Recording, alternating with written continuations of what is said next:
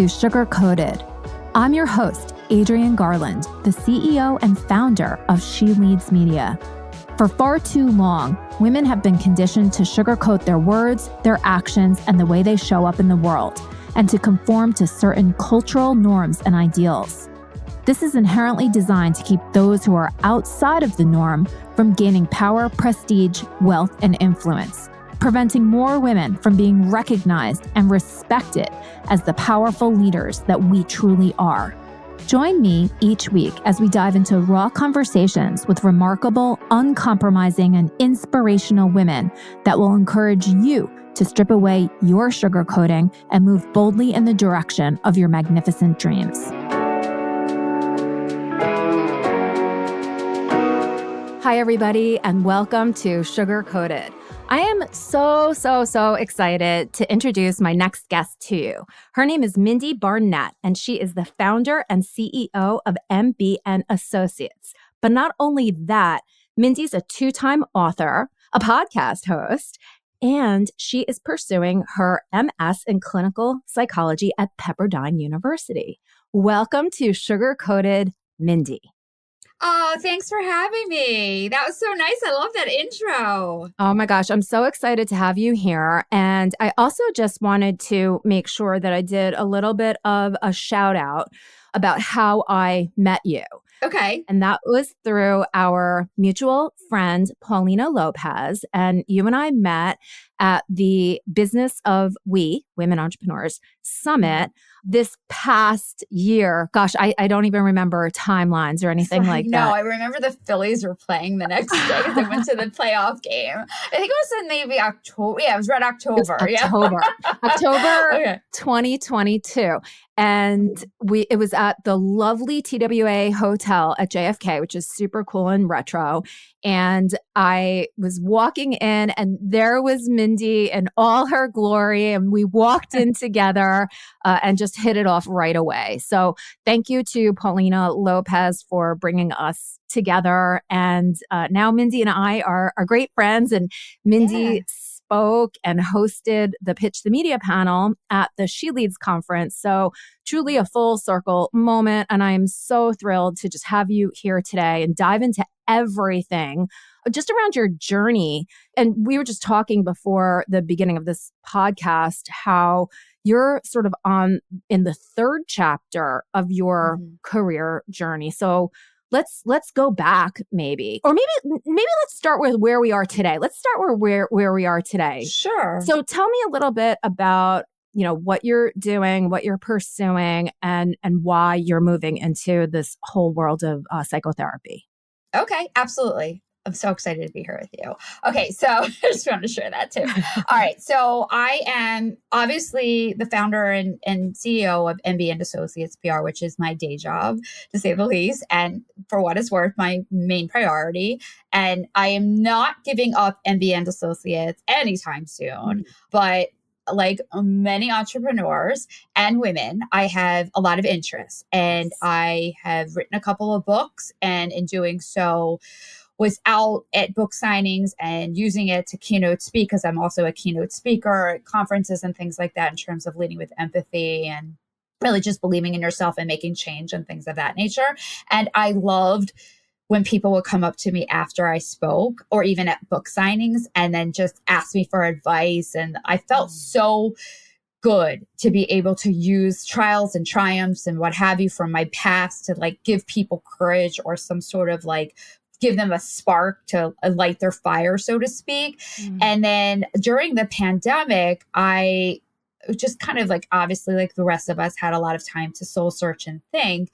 And I thought, let me just back up for a minute. Whenever I would give advice, I always preface and said, I'm not a therapist, but this is what I've done, or I'm not a mental health expert, but this is what I do, And I thought, wow, what a great opportunity to continue my education, which is always something that I've wanted to do. I just didn't know what I wanted to get my master's degree in, and then have a greater impact, being able to, obviously earn the credentials, but then be able to treat people as an actual bona fide therapist once I get my licensure, and also use it in my keynoting. It gives me more credibility, but it also gives me more knowledge and therefore a stronger skill set to be able to pay it forward. So that's really, at this juncture in my life, I believe that's my calling at this point. I think PR is, and my personality, and obviously my news talent, and not talent, but news knowledge, I should say,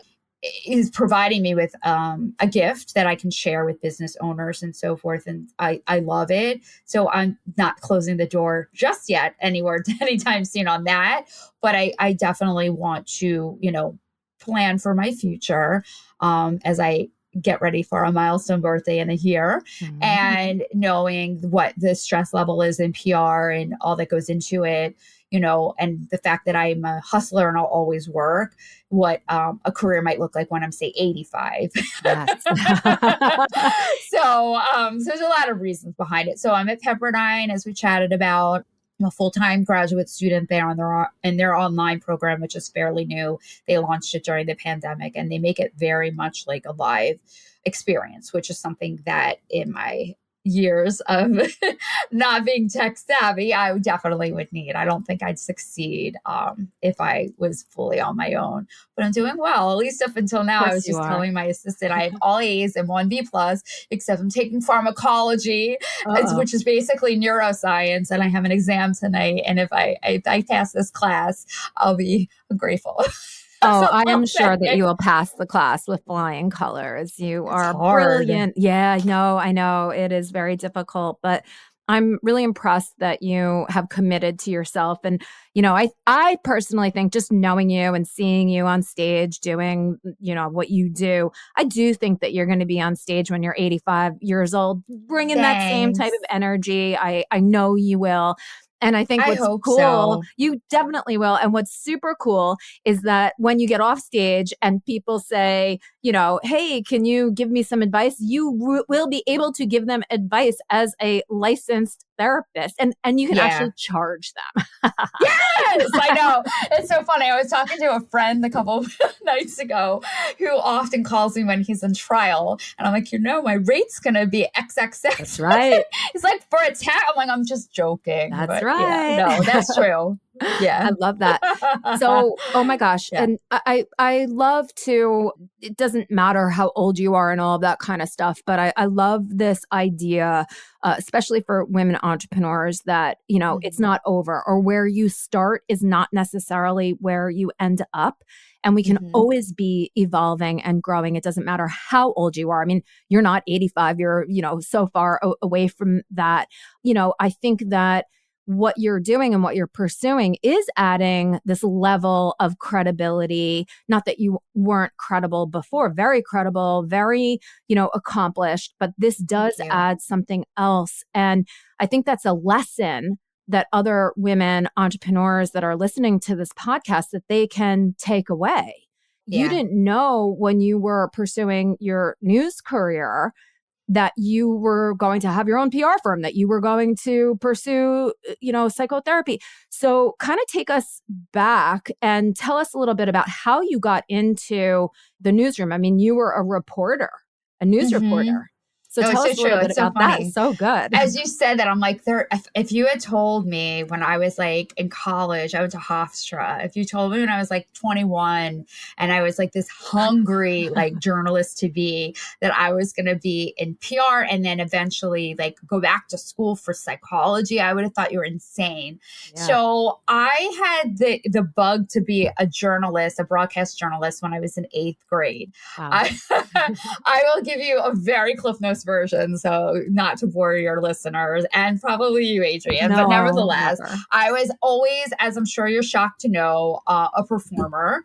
I love to be on stage. I sing, I dance, I act, and love to write. So my father, who was very influential in my life, as was my mother, but my father was sort of a mentor to me.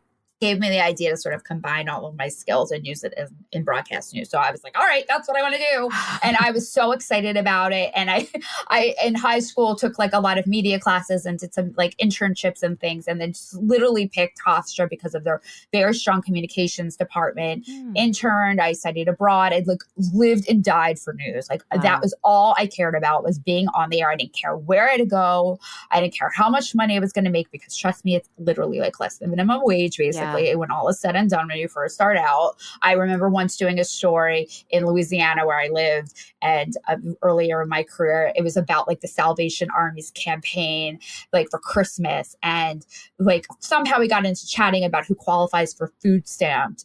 And I remember listening to them tell me, and I was like, I literally could qualify for, I could 100%, like right here, right now. Stamps. And I was working like a dog, but I loved what I did, so it didn't matter. In fact, most days I would go to work and be like, I can't believe they're paying me to do this. Then I like moved around. I was in television news for 10 years. I was a morning anchor for the majority of like my career, especially towards like, I guess after like year 3 onward.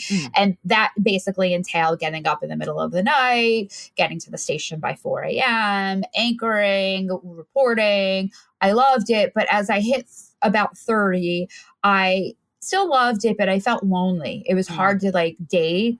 I was living very far from my family. It was just kind of me and my dog. I had friends, but they weren't like my lifelong friends. And my friends were starting to get married and have children. And I just sort of felt like I wanted more than this amazing career. So when I was at Hofstra, just to back up for a moment, I did an internship because my dad always said to prepare for the rainy day, and like you may not make it in news and you should always be prepared. So I minored in public speaking and PR, and I did an internship for the vice president of my university for 2 years, where I actually worked in the PR division of Hofstra, writing press releases and things like that. So I had that under my belt, so to speak. So I left TV. It was an extremely difficult decision. Like talk about a pivot. That was like pivoting in like cement. Like it was like thick cement. Like you can't even turn your body because you're like, or quicksand and you're sinking. I was like, because it was so ingrained. I wanted it since I was in 8th grade, and I actually achieved it. Not to the level I mean, I could have continued and hopefully gone to bigger markets, but it was just hard. I felt like I was giving up a dream. I was giving up on myself. It was part of my identity. So I left because I wanted more. So, and I told myself, Mindie, if it doesn't work out in PR, it's not what you thought, you can always go back into news. So I worked for a PR firm.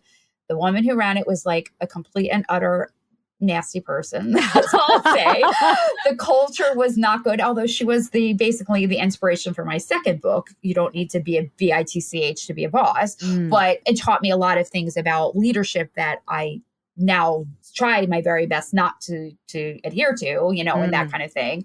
But nevertheless, left, and I really had nothing, and was shopping in a store, and the owner of the boutique needed PR, and I'm giving you like a very fast, like I love this like, though. And there's so much in there too that I'm going to probably go back to. I literally wrote a book about this, so I'm trying to like not. All right, so we negotiated like a 6-month situation because I said I'm going back into TV news. I definitely don't want to do PR. I just assumed like if that was PR, where it was, like I didn't want anything to do with it. And it was ugly and like not like really just not the right energy that went with me. And so I helped her, and it was right around Christmas time that I started with her. And as I mentioned, she was a boutique. So I was garnering her like all this media coverage, and it was an expensive boutique. Like her apparel was high end, and she had a lot of influential high end customers that shopped there. As a women's store, but their husbands or them, but in this situation, not to stereotype, their husbands were sort of like the worker bees in their families. Their husbands,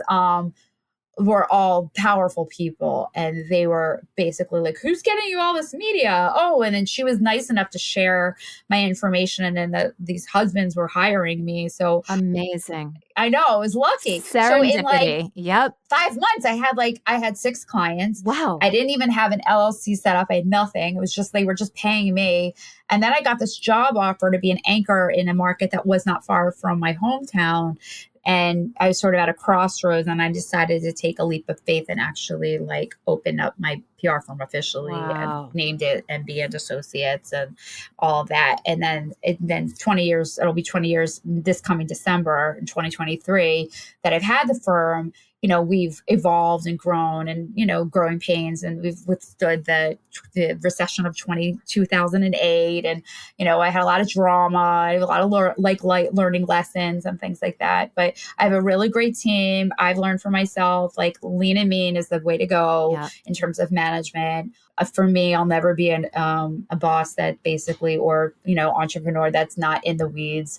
I know that's probably to my detriment in terms of growth, but I really like to be hands-on. And I also feel like at the end of the day, the client's hiring the company, but they're hiring me They're too. hiring you. And It's your name. yeah, Yeah, it is your name, and it's your yeah. approach, which works. Thank you. It's so I need to be engaged. And so in order to be engaged, I can't have a whole big team of management too. It's a whole other job. So, I mean, I have great, talented, amazing people. I have 3. And for us, maybe I'll do one more in New York because they're all based in South Jersey where our main offices are.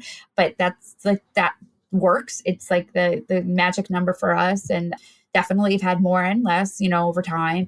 And that's sort of where I am right now. Like, it's enabling me to grow, help. We have, lots of clients in New York. We have lots of clients, and I have a presence, home office in New York too, which is sort of my love affair, if you will.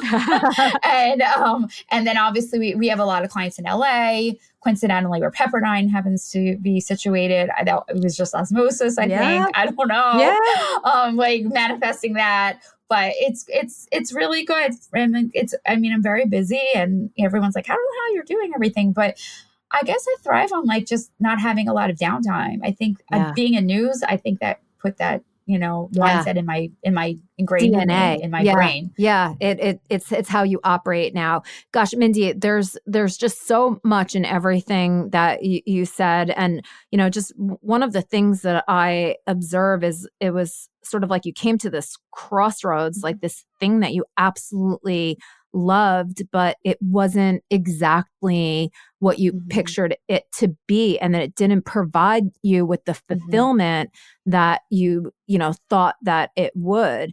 And to pivot away from that, like you said, it was so difficult to do. And then you were like, I'm not, if this doesn't work, which is never a great mindset, right? Like, if this doesn't work, I'm going back. And it just seems that everything aligned for you. And when you made the decision to go ahead and launch your company, you were presented with a literal choice to go back to news or to pursue your own company. I feel like that was the universe, like just being so clear, like, make a choice, Mindie. Yeah, no, it's true. I just got chills as you were saying that. Adrienne, it's funny because I have this recurring dream. Tell me why. I don't think I've ever shared this. Is like psychoanalytics right now. I never really shared this with anybody. Maybe I shared this with like a friend. I don't know. But anyway, long story short, I have this recurring dream that I go back to like my last news anchor job, which was in Champaign, Illinois, and I decide to like not shut MB and Associates down, but keep it. But I'm going to do it from afar, and I still have my team, but now I'm going to be this morning anchor again, and I was going to be able to pitch. And then I like, almost like, it's like a night, it's like one of those nightmares that you wake yourself up from. Like, and I was like, wait, why did I do that? I loved my MD and Associates. And then I'm like, oh, it's just a dream. Yeah. It's so weird. I think I think I needed to make a conscious decision, because when I was doing it initially, it was like really to make ends meet, and I was successful at it, and I was getting, organically, I wasn't looking for clients. They were organically coming to me, and I was grateful for it, but it wasn't like I was like pounding the pavement looking to grow my business. I didn't even really think of it as a business, to be honest with you. It was just sort of like passing time. Yeah. Maybe that's what the dream is about, though, is like your mind trying to make sense of making the choice that you want rather than the choice that you thought you needed to make in order to make money. Oh, that's good. Yeah. You sure you don't Oh, go to no, I'm good. Pepperdine? Oh, I'm good. You got to talk to one of my friends. His name is Dominic. He literally texts me all the time and says like, I had this dream about this. And then I'm like, okay, tell me more. And then, No, that's probably yeah, right. yeah, no, Yes. it's No, good. that makes perfect sense. That makes me feel better because I'm like, why am I dreaming about like WICD, Champagne, NBC News? Like, why should I have not left? Should I go back into TV? And that makes sense. I guess because it's like I wanted that. It wasn't like I had to do it. Right. Yeah. Right. Okay. Yeah. Oh my gosh. So good. And thank you so much for sharing that. Maybe I will Yeah. turn my show from sugar coated into dream analysis. Yeah. Or Dreamweaver. Dreamweaver. Oh, do you know how much fun that would be for me? I love dream analysis because our minds, I love that you're doing psychotherapy. Like our minds are so interesting and they are so tricky. And They oh are. my God. Yeah. And they're so good because you don't know what you're doing to yourself. And it's just so hard to like unwind all of that. But I guess that's an entirely different show. That's so cool. I know. I find everything I'm learning is like so interesting. Even now, even with this horrific class, the neuroscience class, I was just with the neurotransmitters and the chemicals and why you like people have depression. It's just like so interesting. But now that I know you're a dream analysis expert, I will be texting you as well because I am not good at interpreting dreams. So I appreciate that. It's so good. So the other thing that I wanted to mention is that you have also introduced me to a couple of different people, one of which was just on the show, an incredible women entrepreneur. So in your business, your PR business, just want to kind of lean into that a little bit because so many people, women entrepreneurs, what I hear from them all the time is, I want to get myself out there. Like those are the literal words that they use. And when you start asking them like, well, what do you mean I want to get myself out there? They want to be known by people. And, they want to get invited on podcasts. They want to maybe have a book or get on a television show or be quoted as an expert in an article, even if it's, some type of a industry article or something like that. So can you provide just a little bit of advice and what you do for clients, specifically women entrepreneurs? Sure. And then, what could somebody do to start to get themselves out there? Okay. So I'll answer the second part first, if that's okay, what people can do. So first, you have to be very clear on what your lane is. Where do you stand? What do you do, obviously? So let's just pick an industry. Let's just stick with finance, right? You work with maybe your niche is women, and you work with women on retirement planning and saving, and because women are notoriously bad with money. And, you come up with like a trend based on whatever is like making headlines. As we record this, it's like the end of January, right? So Valentine's Day is like on the cusp. So I would think, okay, Valentine's Day, getting married, combining money, or if you're thinking of unfortunately divorcing or you're in the middle of a divorce, like what you should do to protect your money. That's another issue that women, I know this because I rep some financial people and I've been through a divorce, but nevertheless, women have speak on both sides. Women have a tendency not to know where their money is. Like, men are traditionally like the ones who handle like the finances for the family and things like that. So something like that, which is obviously a little bit on the, I don't want to say ugly, but like maybe like Debbie Downer side, but it's a really good story. And it's also a play on the Valentine's Day marriage to like love or splitting or whatever. Or you could do it the other way. If you're looking to get married, like this is like the 5 things that you need to know. That's 2 really good pitch ideas for any of your financial experts listening right now. I love that.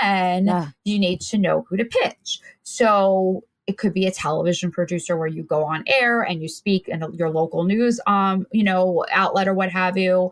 Or it could be a features writer or someone who writes specifically about money or finance for your local paper. Or it could be a podcast that focuses on relationships, like Race for the Ring, or your podcast that focuses on female entrepreneurs, or on any other one that focuses on lifestyle or things of that nature. And you just really need to do some homework. You need to know like who to pitch and where to pitch. Like, that if, like for instance, just sticking with that love financial angle, Mm-hmm. you're not going to pitch a writer who covers like City Hall, right? Or you're not going to pitch a podcast that focuses on technology or something like that. It's just a waste of time, and it makes the other side, the media, angry almost, because you're not doing your homework and you don't care. You're just looking to get your news information out, and you need to spin it in such a way that you're looking to help listeners, viewers, readers, what have you. So you're offering free, quote, cliche, but fits news you can use, free content, and you're being positioned as a thought leader. So that's a very quick way to get out there. It's not going to take a quick second to make it happen, but that if you're willing to do some homework and do like some legwork and make a creative idea, and obviously be aggressive in following up, because sometimes they'll write you right back and they love the idea and it's easy breezy. But I'd say 9 times out of 10, it's me being an aggressive squeaky wheel that gets the oil, so to speak, where I'm following up and asking and seeing if they saw my story idea or whatever. Sometimes it doesn't work out, and that's okay too. Then you just reach out to another one that is sort of in the same vein, so to speak. So that's how you can do that. And I actually work with small business owners who want PR, but don't necessarily have the budget for PR, to teach them the tools to do something like that. So that's nothing that I'm usually advertising, because it's a really small piece of my puzzle, but I do that because I feel like I have these skills and I want to pay it forward in a way, and help people. I love that. For me, I do all of that, and then obviously taking it to a whole other level. We're very aggressive in coming up with story ideas, and we're pitching not just like, say, a local news outlet once. We're pitching like maybe 5 or 6 in tandem, not necessarily the same story, but like different angles. So like sticking with finance, like that financial person could also be maybe they get back to philanthropy in some way, or they're an executive on a board. Like I might pitch it that way and focus on what they're doing, or maybe they are, there's another angle that they're involved. Maybe as a leader or something like that, is an entrepreneur feature or what have you. So it has nothing to really do with finance, but their financial company and their name is obviously going to be in the news in that capacity. And then we'll obviously think of financial stories in that way. This is such great information. Thank you so much. And sure. One of the things that I love, that I think sometimes, when women do say, I want to get myself out there, they think, how can I get on the Today Show? And what you just said is so important. There are local news outlets that are looking for stories. They're looking for people. They're looking for experts. And, don't poo-poo those local news outlets. They're the best places to go because they need news all the time. Yeah. I mean, honestly, Adrienne, they're hard too. I mean, they're obviously easier than the Today Show. Yeah. But I often tell my clients, well, a national outlet like the Today Show is fantastic. And we do work with that show, and we work with all the other ones too. The people that are looking to turn on the news and get the weather and get like quick out the door on the morning shows, that's your core audience. They're all watching their local shows. Yeah. The people watching the national shows, they might have more time on their hands because they're like the time slots a little later, or, I don't know, whatever. I mean, and it's obviously national, so it's going to be in your market, but it's also going to be across the board all over the US too. But the hyper local news outlets are really like the best if you're like in, say, New York City or, wherever your company is based. If it's not, you don't have like multiple offices like all over the United States, which I would imagine starting out entrepreneurs don't. Yeah. And, one of the other things too that you mentioned that I think is super key is if you don't have the budget to hire somebody like you who knows how to craft stories and pitches and knows all the outlets and all of that kind of stuff, that you have to do the work. You can't just say, hey, this is me. I'm great. Like, quote Yeah. me as an expert. You need Yeah. to research the reporter. You need to research the publication. You need to see what all of the other stories that they've been writing about Hmm. lately. And you also do need to have a little bit of creativity. Like you talked about the angle for, of love, right? It doesn't Hmm. necessarily need to be Valentine's Day, but what does Valentine's Day represent? It represents love, it's relationships. Once you can Hmm. start thinking of those other terms, you can decide, does what I do fit into that? Is it relevant? If it's not, and you can't come up with something that makes sense, don't just try and force your story into Valentine's Day. Totally. 100% agree. My advice is really to see what's trending and what's seasonal and what the news cycle is looking like. I mean, here in the Philly area where I'm sitting right now, the Eagles are in the playoffs. So all the news outlets are looking all about the Eagles. So we're pitching like, anything pertaining to that. Like what is sticking with finance? I don't know why I am. I'm horrible with money, but that's just where I'm going today. So I'll go with it. For my financial guy, we're pitching like, what does this mean for the city if the Eagles go to the Super Oh, Bowl and like yeah. that kind of stuff. And my client, my mental health expert out in LA, where they just had all these horrible shootings, like we're pitching more like what the community needs to heal and how to overcome this as a community and like stand together and fear and how to overcome that and like things of that nature. So it really depends where you are, what's trending, what's seasonal, what the news cycle is, that's going around. Even if it's a national story, how can you localize it? Like that kind of thing, And yeah, I mean, to do your homework, you wouldn't like send out stuff on social media or marketing material that's just like sloppily done with misspellings and things like that. It's sort of like the same thing, Yeah. like Yeah. the my take home for everyone listening is that the media does not need you. I'll repeat that. The media does not need you. You need the media. So you need to show them what you bring to the table to help them do their jobs that much better, which at the end of the day is serving their readers, listeners, and viewers, right? Yeah, that's gold, Mindy. That is gold. Thanks. And, I hope that everybody listening throughout this whole conversation, that's one thing that they take away.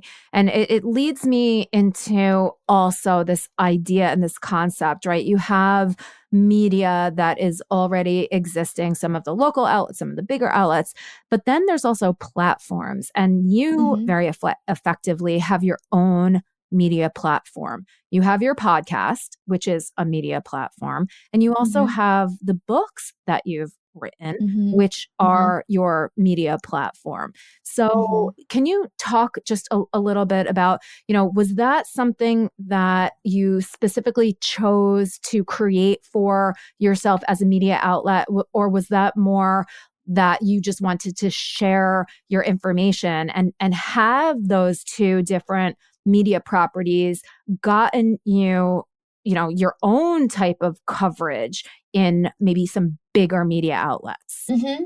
Absolutely. So I love to write and I find it therapeutic and I always wanted to write a book. So I wrote the first book for that reason, but I really wrote it too because I wanted to get into the keynote speaking circuit and I didn't know really how to break in. I mean, I could have gone on stage and talked all about PR, which now I sometimes do, but I really didn't want to be known as, this savvy publicist and just, not just, but like offering like news you can use and things so people can move the needle on their own, which was foolish because It's kind of in good. retrospect, because I think that when I do offer like all my topics, that tends to be the most popular of all. But nevertheless, I wrote Intermission, How Forever Friendships and Faith Took Me to the Second Act, to use that as a tool to write a leadership book. So, leadership keynote.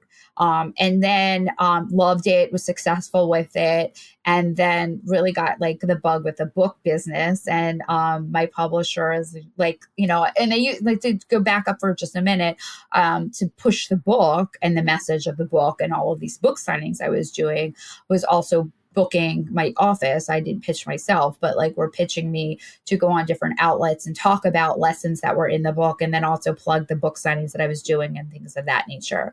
So that's sort of how I built that platform.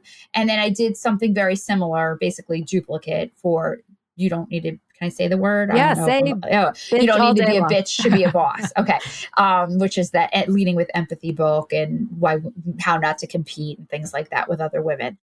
And then that's really like, I feel like each project gets better, sort of like yourself. And so that is like, I'm very, very proud of that book. And I have intentions of writing a third book rather, after I graduate, using it more of my psychology knowledge in that space. But I used it for the keynoting, and then via the book for the intention of promoting the book, obviously used it for media. And I was branded along the way as a thought leader in these different spaces. The podcast was really created because I wanted a passion project. I like miss being on air. I do some things on air, not just with the books, but like lifestyle contributing and things like that. But I just wanted to do something fun for me. And I really was initially going to make it more along a line with the books. Well, it was just the one book at the time, Intermission, make it all about that and focus on entrepreneurs and what like maybe darkness that they had that they were able to overcome, which would have been great and fun. And I could have fun, but I felt like that was more serious. Yeah. And I wanted to just have fun and like show like my personality and sort of like let my hair down. Yeah. And so I chose The Race for the Ring because it was also like I was starting to date, which was also a little bit about woven in the book, not really the main mission of the book, that kind of thing. So it's taken off. And they sort of like intermittently, I've interviewed a lot of therapists because we talk about, we do fun topics. And then we also talk about more serious subject matters like narcissism and like personality disorders and overall and like just dating and relationships and things that could go awry, and advice through that channel of knowledge also inspired me to pursue my degree in psychology too. So good. All of these things, if you kind of take that 30,000 foot look and you see all of these things that you've done for yourself, also that you sort of have listened to yourself, know yourself, you're making conscious choices, and then everything does fit together. I think that people can look at you and the different things that you do and really, model not themselves after you. I don't want to suggest that, but all of the different things that you've done, there's so many different lessons there, and it's a real nice like 360 picture of. Thank you. It really is. And it wasn't intentional. You know what? But that's sometimes the way the universe works, right, Adrienne? Yeah. You have to sort of just trust yourself and just go for it. That's the, I don't know. I'm sure that what you're going to write for your third book, but I do think. Yes, I'm calling it Old Maid. What, really? That's a great. I think so. Okay, I love it. No, it's not going to be a memoir. Because I'm not an old maid. I'm just kidding. Yeah. No, I don't know. I think I want to write about why the trend in women not getting married or waiting later in life to get married. And that's the horrible expression people call women that get married later in life or aren't married yet. Yeah. So I was playing off of that because I think it's awful. And I think it's great, like to believe in yourself. And anyway, I love it. I shouldn't have probably said that because whatever, maybe it won't happen. No. I might write about something completely different, but that's sort of what I'm thinking. It's a great, it's a great idea. And in fact, and Mindie, I think that you and I do this. I think we could talk about everything all day, every day. Yeah. But what I read recently just on that subject is there's a lot of evidence that shows that women that are, successful and that really lean into their career, that they actually don't have a romantic partner because the societal expectations of what a woman should be, it's like those women are throwing that out the door. They don't need men to sort of provide for them and make money. And so in a lot of ways, it makes them less attractive to men who 100%. their desire is you to hit help. the nail with the nail on the head. It's crazy because it's like we want to be successful and we want to be fully realized and all of that. And then it's having, depending on what your perspective is, it's having maybe a negative consequence on the personal side of things because, we need relationships too. Yes, right? Of course we do. Everybody needs connection. Yeah. It's an interesting new trend and puzzle that we're still trying to figure out. I think at least some of the women I would interview women in like all different creeds and like areas of the country and stuff and do some like research. But I think that women lean in heavily on each other. Yeah. For those, it's not the same as having a romantic partner at all. No. But I think women find some sort of comfort and, encouragement and connection, certainly through other female friendships. Yeah. Today more than they have in the past. Yes. But I do believe that it's a double-edged sword. So you work hard on your career and you become successful and maybe you get, you're not focused on marriage right away, like maybe right out of college because you're maybe pursuing other degrees or you're just starting your business or whatever you're doing, right? And then hit 35 or 40 maybe even say, and you really want to, I want to have a family, I want more, whatever, that looks like for you. And now you're super successful and you're almost intimidating to the men, even power men. They like that are extremely successful themselves don't necessarily want a partner that's going to be with a similar resume. No. Yeah. So it's tricky. It's hard. The double-edged sword of old maidhood.